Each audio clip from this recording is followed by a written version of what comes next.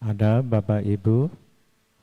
Kalau tidak ada, saya mau bertanya. Nah, sebaliknya kalau tidak ada yang bertanya, giliran saya yang bertanya.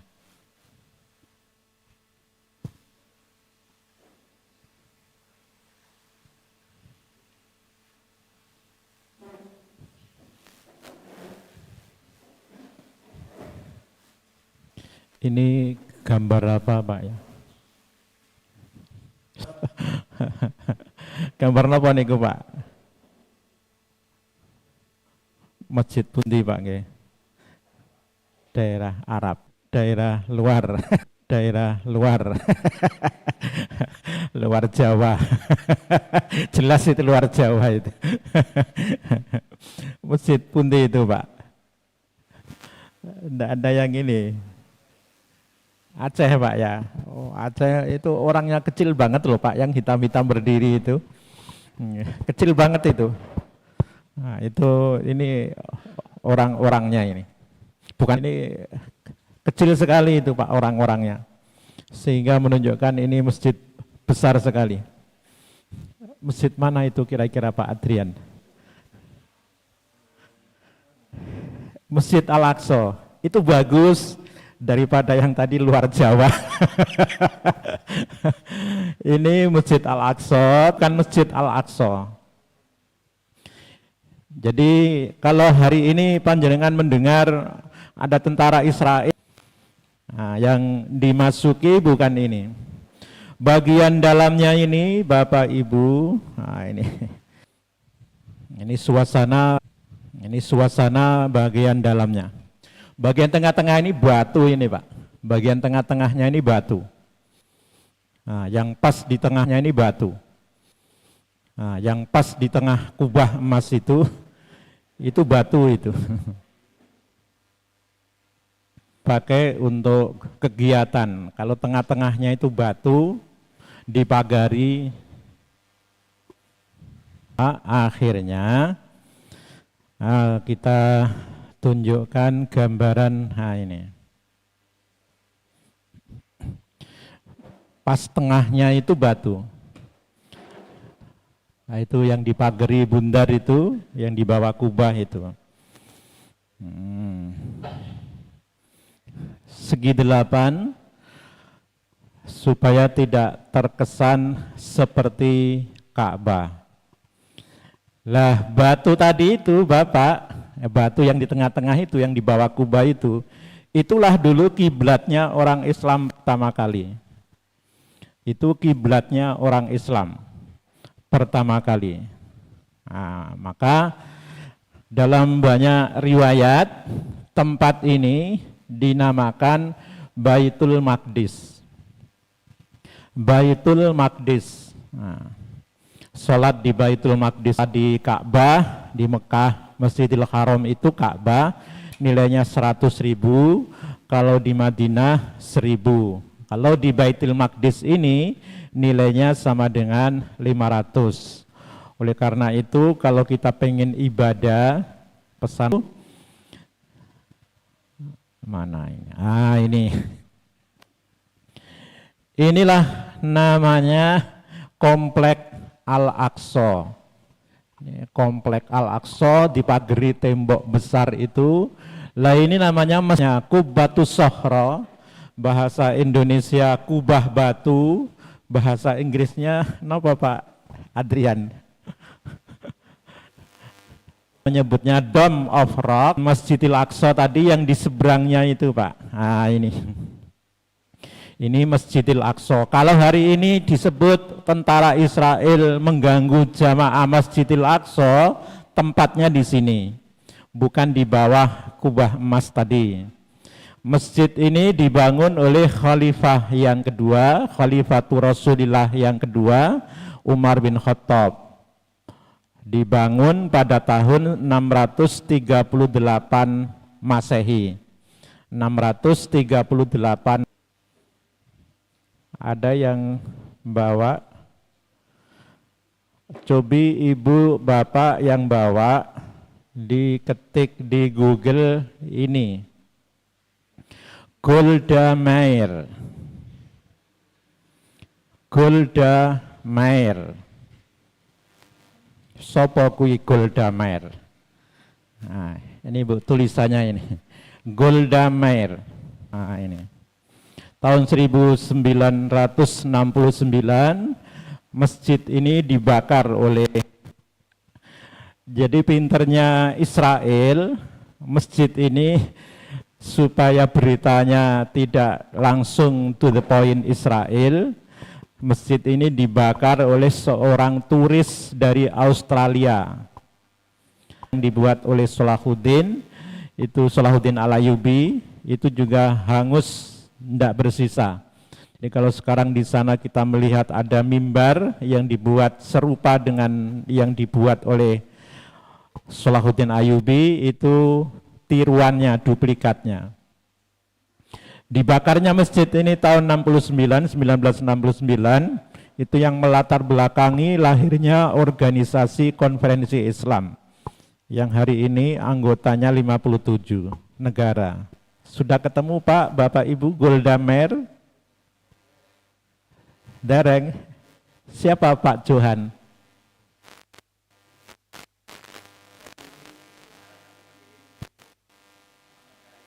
Dia adalah Perdana Menteri wanita pertama Israel.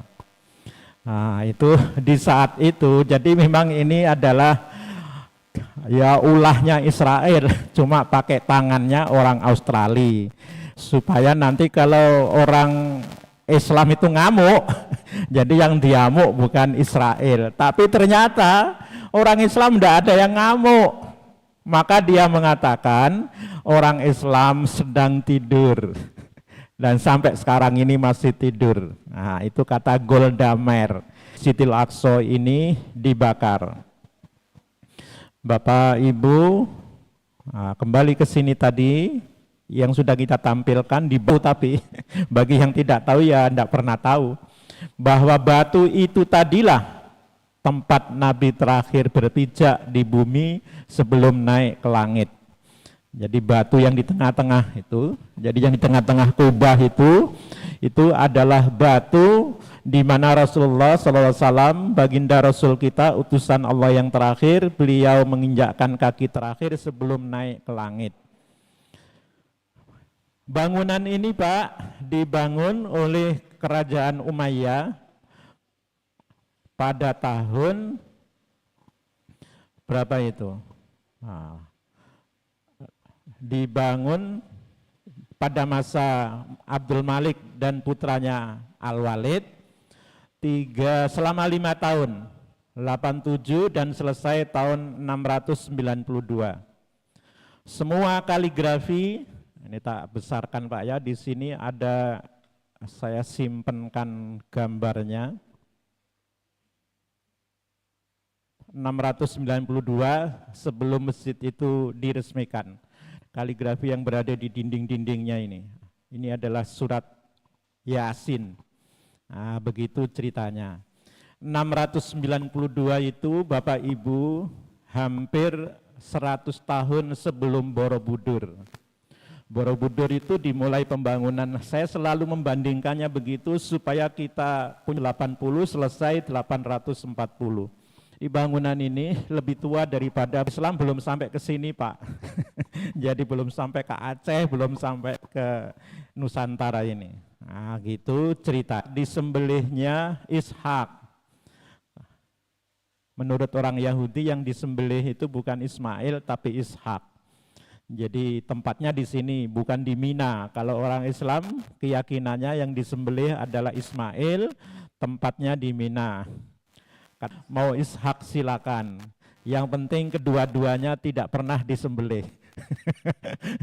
Yang penting loro-loro nih ora sida disembelih. Jadi wis biarkan saja lah. Jadi masing-masing punya alasan masing-masing. Ini tadi di bawah kubah batu ini ada batu yang tadi itu sudah kita putarkan videonya bagi yang tadi datang lebih awal.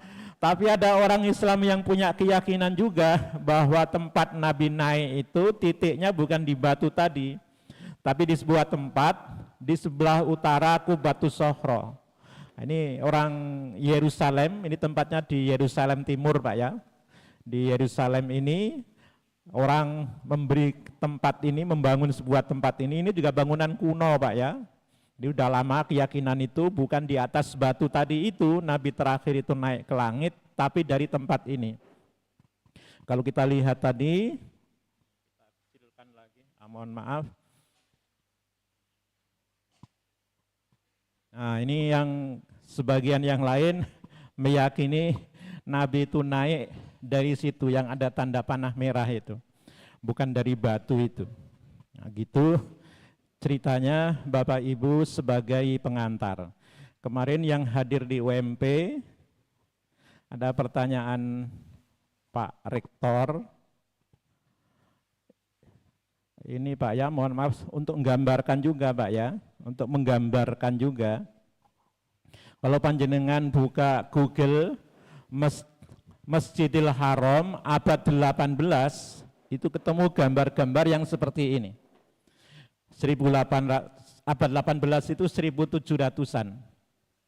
1700-an ke atas sebelum tahun 1800. Itu Ka'bah itu gambarnya seperti itu. Nah, padahal ini tadi dibangun tahun 600 Pak. Jadi Khalifah Bani Umayyah, nanti dilanjutkan oleh Abbasiyah, dilanjutkan oleh Turki Utsmani, di India ada Mughal, orang Turki, India itu kalau ibadah haji, tahun itu Sultan Ahmad di Turki, Sultan Ahmed kalau orang Turki menyebut, ini dibangun tahun 1600. Di Turki punya masjid seperti ini, saat itu Ka'bah bentuknya seperti itu. Kemudian di India, ini Masjid Jama Delhi, kalau di sini disebut Masjid Jami, ini di Delhi. Nah ini punya masjid seperti itu juga, sehingga mohon maaf orang India kadang-kadang ya malu, kok masjid saya lebih bagus daripada Ka'bah. Hampir sama di Pakistan, ini tempatnya di Lahore, namanya Masjid Badshahi. Masjid Badshahi ini di Lahore, bentuknya hampir sama dengan Masjid Jama di Delhi. Ini Delhi tua Pak ya, bukan New Delhi tapi Old Delhi, Delhi tua. Kota lama Delhi, kalau yang sekarang ibu kota India itu Delhi baru, New Delhi. Nah, ini di Pakistan, Sultan dari dinasti Mughal membangun masjid yang sama di kota Lahore, masjidnya namanya Badshahi. Penting, gambar ini mohon maaf, larangan dagang, syariat, sholat tahiyatul masjid, itu dibatasi dengan pagar itu. Itu bukan pagar Pak, itu ya bangunan besar sekali itu. Nah, ini di sini. Kalau sholat Jumat sampai ke atas bangunan yang ini 2 lantai sampai ke atasnya itu. Tapi kalau hari-hari biasa hanya di bawah kubah yang 3 itu. Kalau sholat fardu yang 5 harian itu hanya jamaah hanya sampai di situ. Tapi nanti kalau pas hari Jumat, hari raya itu penuh semuanya bahkan sampai keluar komplek bangunan. Jadi para ulama dahulu kalau para raja membangun masjid itu mereka juga berperan untuk memberikan arahan kepada arsitekturnya supaya syariat Islam itu cetoh, jelas. Di mana kita sholat tahiyatul masjid itu. Nah, kalau rata-rata bangunannya sama seperti ini. Begitu naik tangga masuk ke dalam komplek ini, nah itu sudah boleh tahiyatul masjid. Nah, Masjid Sultan Ahmad juga sama. Kalau yang sholat 5 waktu ya hanya di bawah kubah itu saja. Tapi kalau nanti hari Jumat dan selebihnya, hari raya itu sampai meluber kemana-mana. Lah di mana boleh tahiyatul masjid? Di batas dinding itu. Nah, ini yang sebelum alhamdulillah sudah samirawo. Mohon maaf juga Pak ya, tahun ini, bulan Rajab tahun ini, mohon maaf, pemerintah, alhamdulillah Muhammadiyah bisa bareng dengan pemerintah tanggal 1 Rajab. NU selisih 1 hari. Jadi NU terlambat Rajabnya. Maka besok Jumat depan ini, besok ini, tanggal 16 ini, tanggal merah, itu liburnya negara. 27 Rajab itu. Tapi orang NU belum 27 Rajab. Nah, besok Ramadan Pak, insya Allah kalau sesuai dengan ilmunya, kita akan Muhammadiyah akan beda dengan pemerintah, beda dengan NU, baik awalnya maupun akhirnya.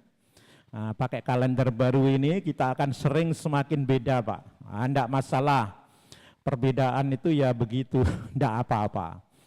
Ini Bapak Ibu, Isra dan Mi'rajnya Rasulullah itu, Bapak mohon maaf tadi yang bawa HP Ibu, mohon maaf minta tolong dicarikan juga kapan peristiwa Isra Mi'raj itu. Nah, kapan peristiwa Isra Mi'raj itu supaya panjenengan mantap juga sudah membuktikan sendiri. Sambil dibuka Pak ya, kapan peristiwanya itu. Mohon maaf Bapak Ibu, Rasulullah itu istri yang pertama Khadijah binti Khuwailid, anaknya Pak Khuwailid, itu meninggal dunia. Selama beliau menjadi istrinya Rasulullah, Rasulullah tidak punya istri yang lain, hanya satu-satunya itu, sampai beliau wafat. Setelah Khadijah wafat, Rasulullah ini menikah dengan siapa, Ibu Bapak? Dengan siapa? Non sewu Bu Herman? Aisyah. Khadijah meninggal. Kan golek meneh. Janjane ora golek Rasulullah. Mohon maaf, kalian sinten?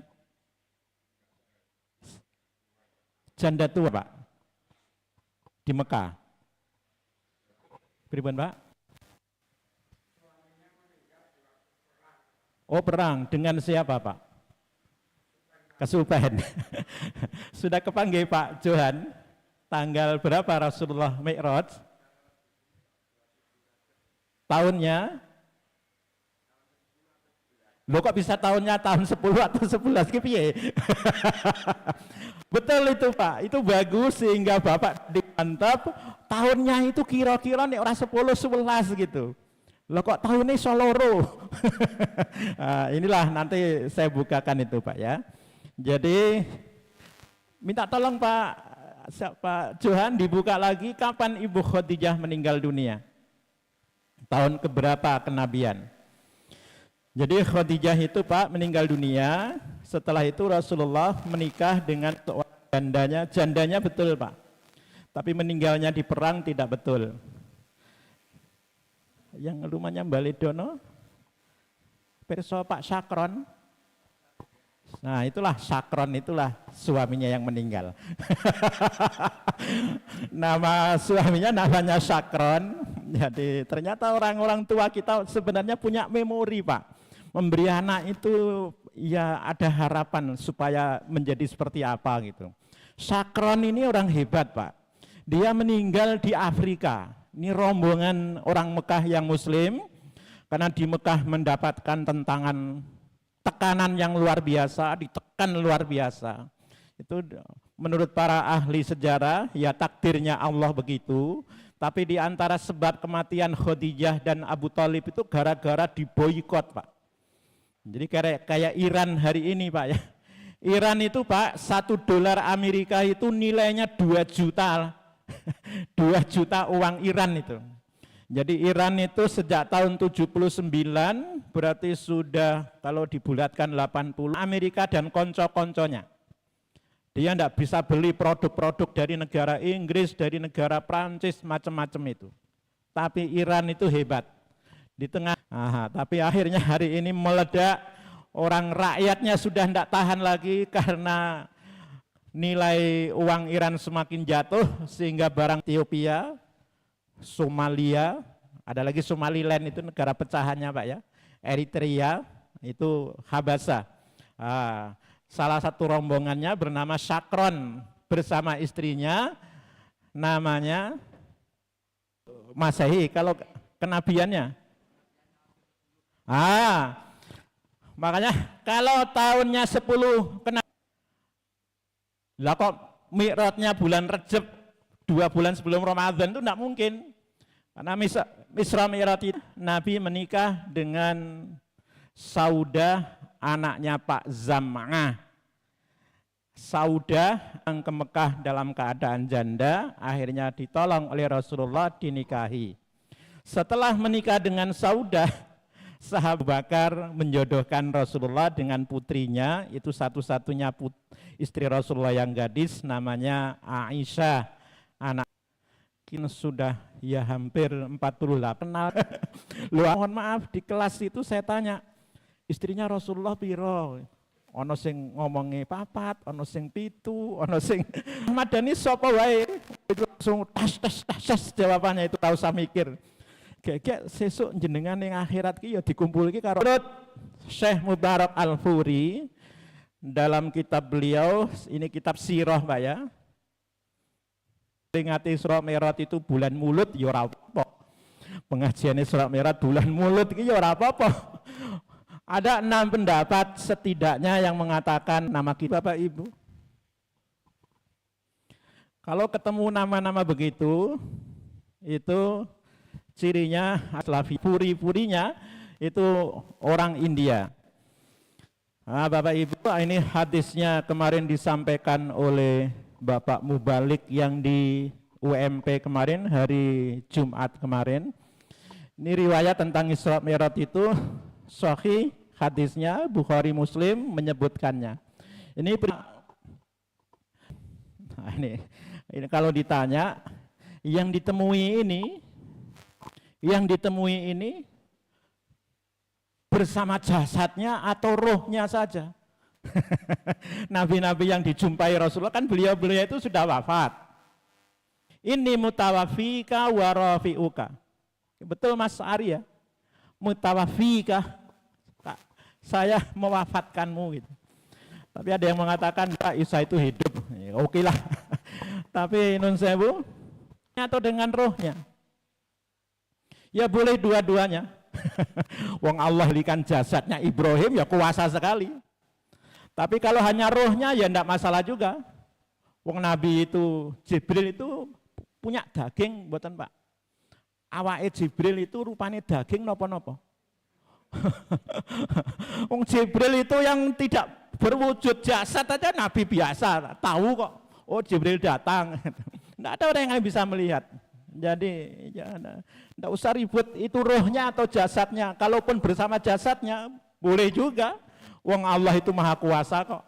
Orang mati kemudian jasadnya diutuhkan kembali itu bagi Allah mudah. Ketemu dengan Nabi Musa, ditanya, "Kowe mau rembu kamu karo ngomong apa karo Gusti Allah Muhammad?" Apa hasilnya? Kan kewajiban sholat 50 kali. Terus balik Muhammad, njaluk keringanan. Ini awake dhewe para nabi kaya kowe barang kuwi pola sholat ping 50 sedina ora masalah. Aku krungu kayake kowe tahu ditegur karo bojomu. Sholat kok nganti sikile abuh. Aku percaya nek kowe mampu. Ning umatmu kuwi lho. Kon sholat ping 5 wae ya kadang-kadang. Umatmu Muhammad. Balik kono. Aku bolak-balik mana tadi? Aku bolak-balik antara Tuhanku Allah Tabaraka wa Ta'ala dengan Nabi Musa. Musa masih Muhammad akhirnya beliau matur, Musa, aku izin. Wis ping piro mau bolak-balik. Izin aku. Nabi Musa langsung Allah berfirman, Muhammad, ini sholat ini 5. Ya Muhammad, Muhammad, ini pokoknya 5. Khomsu sholawatin setiap siang dan malam, sehari semalam. Likulli sholatin ashrun. Baik itu surat Al-An'am 160, 10, setiap satu kebaikan dikalikan 10, maka sholat sing 5 iki Muhammad, wis podo karo 50. Fadzalika khomsuna sholatan. Nah, itu rahasianya di situ Bapak Ibu. Nah, Ibu Bapak, pertanyaannya Pak Tanto. Katanya Gusti Allah itu Maha Pirsa, Maha Tahu, Pak Taufik. Kenapa kok ora langsung mau bae? Kok ada tadi sampai dikasih usul sama Musa, disuruh minta diskon bolak-balik sampai Nabi izin. Kenapa enggak langsung 5 saja, Pak?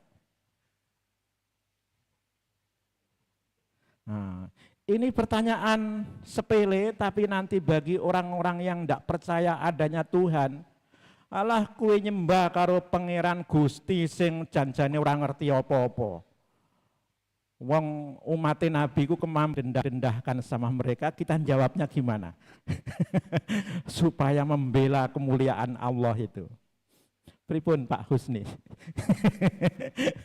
Gustimu kuwi kok malah orang ngerti to? Malah luwih ngerti Musa. Ah niku pripun Pak Saipul daripada Allah kita? Apa jawabannya Pak? Jawabannya di sini Pak. Dan itulah kata-kata Nabi, semua Nabi begitu. Nabi kita yang terakhir ini, baginda Rasulullah Muhammad SAW ini kan sering kita dengar umati. Seket kuwi mau nek kanggoku ora masalah. Tapi kanggo umatku, piye iso nglakoni kewajibane saka perintah Gusti Allah. Nah, itu yang dipikirkan para nabi dan para rasul. Mohon maaf para rasul Bapak Ibu. Itu yang dipikir oleh para rasul. Yang dipikir para rasul itu. Jadi sampai Musa yang sudah meninggal dunia itu pun masih mikir umatnya juga. Musa itu Pak, wah itu jago gelut itu Musa itu. Wong Mesir sekali banting sama Musa langsung mudhiar non sewu. Akhirnya Musa ketahuan bunuh orang Mesir, kabur dia Pak. Anek dia ora mikir umate, ora mikir Bani Israel, wis ora usah balik nang Mesir, aman dia. Tapi kenapa harus balik ke Mesir lagi berhadapan dengan Firaun dan bala tentaranya? Ya mikir kaumnya itu. Nah itu, semua Rasul begitu, mikir umatnya ini. Nah, pewaris para Nabi dan Rasul niku sinten Pak Tanto? Hari ini yang Nabi sudah tutup. Begitu beliau Nabi yang terakhir Muhammad anaknya Abdullah ini sallallahu alaihi wasallam, beliau itu wafat, sudah habis, tidak ada lagi Nabi dan Rasul. Yang sampun sedo ulama. Nah ini ulama kok ora peduli kalau ora peduli karo umate. Bagaimana cara pedulinya? Ya ini iso ngomong toh para ulama itu. Wahai para ulama, ini iso ngomong. Nun sewu Pak Johan minta diketikkan anggaran Provinsi Bangka Belitung 2025. Anggaran Provinsi Bangka Belitung 2025.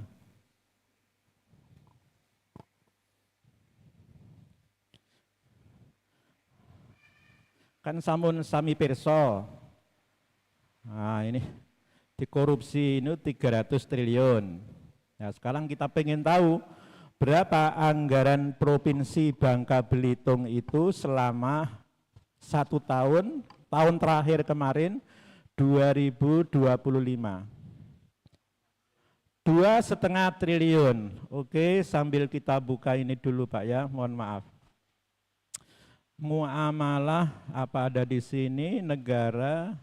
Oh bukan, berarti di akhlak bernegara. Akhlak bernegara. Kayaknya saya simpannya di sini, ada videonya Ustadz Jazir. Nah ini Ustadz Jazir, alhamdulillah beliau umurnya tidak panjang juga beliau, tapi meninggalkan warisan. Beliau mungkin ke Bangka Belitungnya sebelum tahun 2025. Menit ke-7. Sekian ratus juta gitu. Petugas pajak baca, didatangin orang ini. Loh ini kok belum dilaporkan ini pajaknya. Orang Takmir masjid mengumumkan Pak Tanto bantu Masjid Jogokarian 100 juta gitu. Ternyata ketika takmir mengumumkan itu ada petugas pajak yang ikut hadir di situ sholat Jumat. Baru sholat Jumat petugas pajak ini ora bali goleki takmire sing maca mau kuwi. Pak Tanto bantu Joko Karyan 100 yuta. Pak Tanto alamat endi kuwi? Nah, dikejar. Wis bayar pajak apa durung 100 yuta kuwi. Jadi itu gaweane pegawai pajak kaya ngono kuwi. Ana wong infak masjid akeh ya digoleki. Wis bayar pajak apa durung? Nyumbang masjid aja malah jadi repot dikejar oleh petugas pajak sekarang ini ya. Karena negara kita yang kaya raya ini belum untuk rakyat. Jadi rakyatnya masih harus bayar pajak ya. Saya ke Bangka Belitung itu saya nanya gubernur di sana, Pak Gubernur, APBD Provinsi Bangka Belitung itu berapa? Oh, 1 tahun 1,3 triliun. Ternyata timah yang dikorupsi di Bangka Belitung itu lebih dari 200 tahun dari hasil timah yang dikorupsi aja saja. Pitu ini pendidikan. Mule bule ucale 10 kuwi sedonge ra usah pendidikan. Mule bule ucale 10 kuwi sedonge ra usah nganggo kalkulator. Wis tekan kono 10 ana sing ngomong 20 meter. Hasil ujian kita akhirnya ya kalau Pak Adrian tak takoni UMP pirang hektar Pak. Omah 1 hektar iki pirang meter persegi Mbak? Piro? Kue nek di tanah 10.000. Nah itu Pak ya. Jadi ini sekali lagi kita jangan terlena Pak ya. Kemarin yang lalu ngurah mabur, dicela ora tersungkur, dihina tidak tersungkur, disanjung jangan mati, biasa wae. Jadi ini ujian bagi Muhammadiyah. Menterinya adalah orang hebat Muhammadiyah. Sudah setahun beliau menjabat, ternyata ini hasilnya jeblok. Saya terus mikir, Bangka Belitung itu, anggaran Bangka Belitung itu 1 tahun 1,3 triliun, itu kata Ustadz 200 tahun uang 300 triliun ini kalau balik ke Bangka Belitung, rakyat Bangka Belitung bisa bebas pajak selama 200. Pak Johan tadi ternyata kalau 2,5 triliun bisa untuk membangun Bangka Belitung selama 120 tahun. Selama 120 tahun ini suami istri itu tolong balikkan uangmu. Anda menyengsarakan orang Bangka Belitung selama 120 tahun. Wahai siapa koruptornya kuwi diapake? Apa mau bebas ke? Nah, ini hanya 13 triliun loh Pak. Jiro lu patrolas 13 triliun ki duitnya semene kae iki. Coba itu kalau 300 triliun.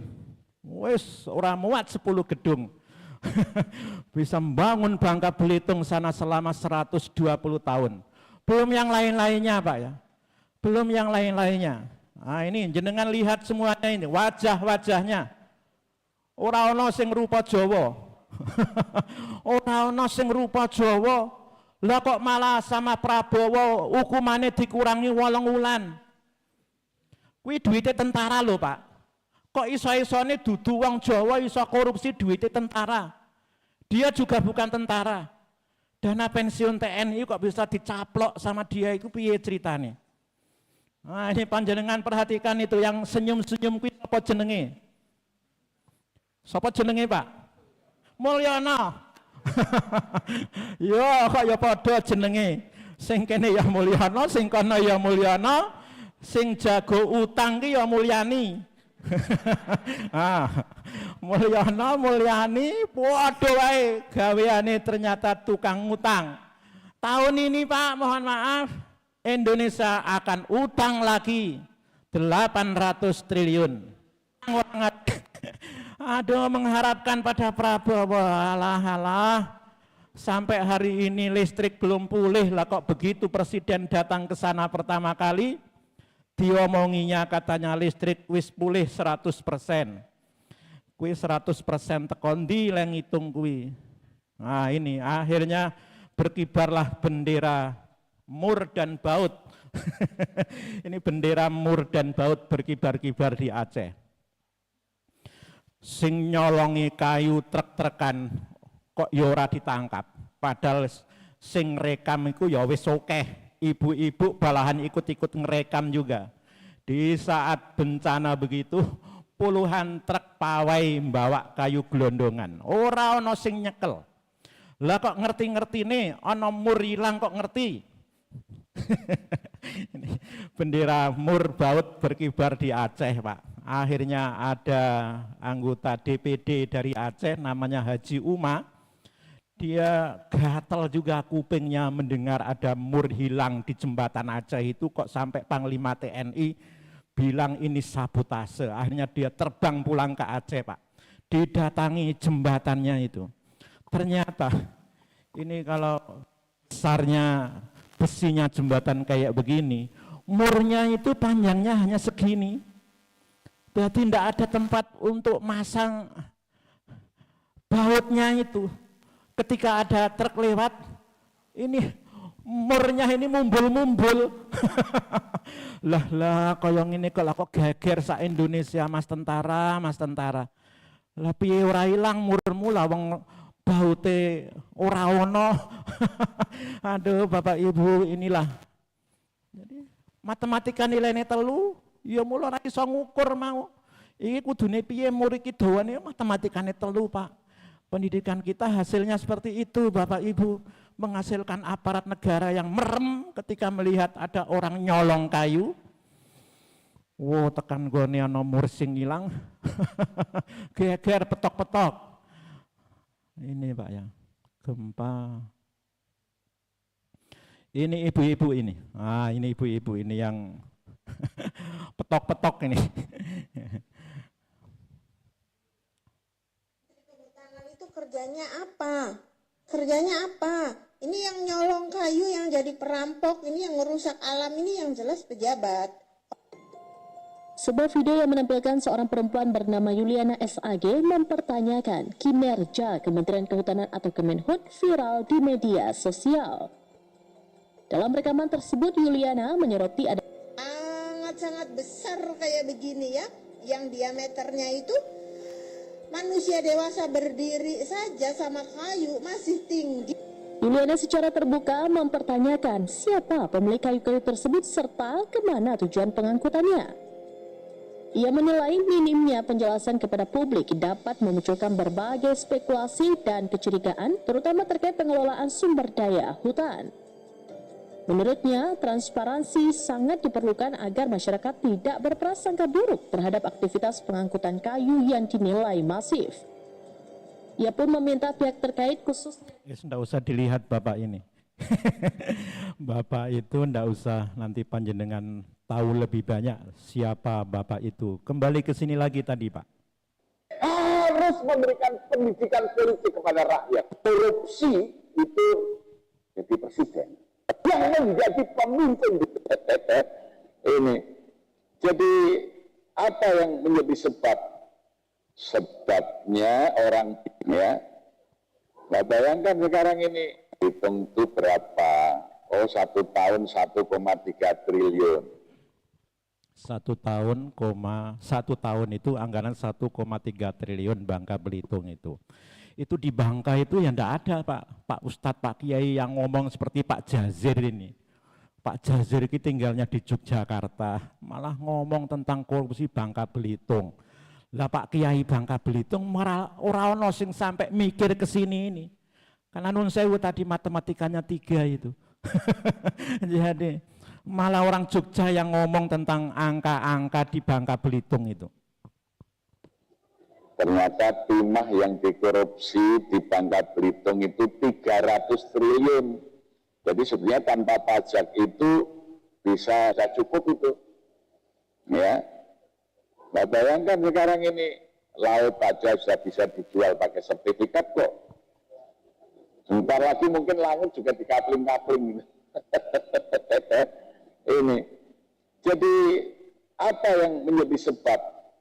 Sebabnya orang baik tidak mau menjadi pemimpin karena dosanya para pengurus masjid yang melarang bicara politik di masjid. Akibatnya politisi-politisi jahat dan busuk yang menjadi pemimpin di negeri ini.